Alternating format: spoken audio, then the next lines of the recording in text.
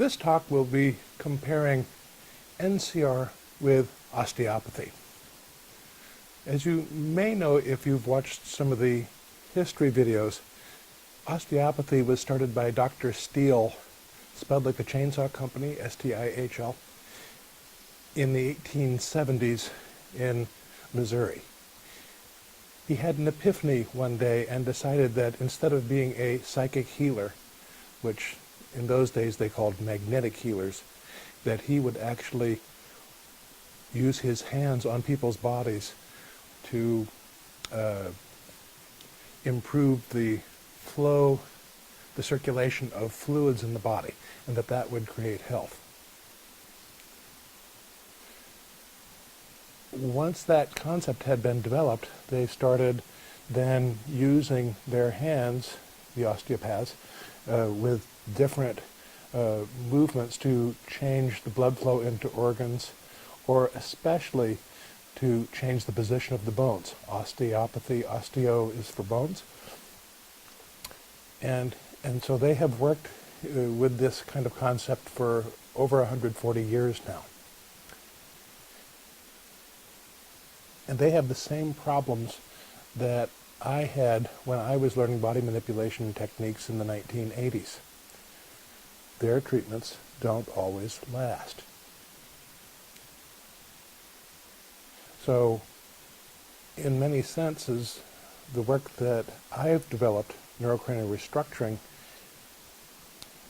encompasses that osteopathic methodology. So what we do really is, with NCR, we are also interested in optimal fluid flow, especially in the position of the bones, the difference being that we focus on the position of the bones in the skull as being most primary. And then because we add in the concept that the body keeps returning to alignment patterns of the bones and muscles that are based on stability, this gives us a way to evaluate how our treatments will fare at the end of a treatment day. So at the end of a treatment day, we check our patients to make sure that they are indeed not only more symmetrical, which all the different bodywork techniques do improve, but in addition to the symmetry, we will have the stability. And with stability, we can retain much of that treatment. So with NCR, it's rather like having a planned savings account, where we finish the treatment. By that time, we've planned, or at least hoped, to give a person relief by improving their symmetry.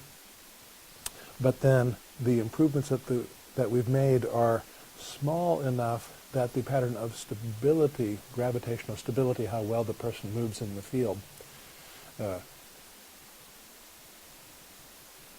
once we've improved that pattern of stability, the body would rather stay there than revert back to where it was before treatment. So we don't have to make jokes about how do we make this treatment hold, because they hold by design. Thanks.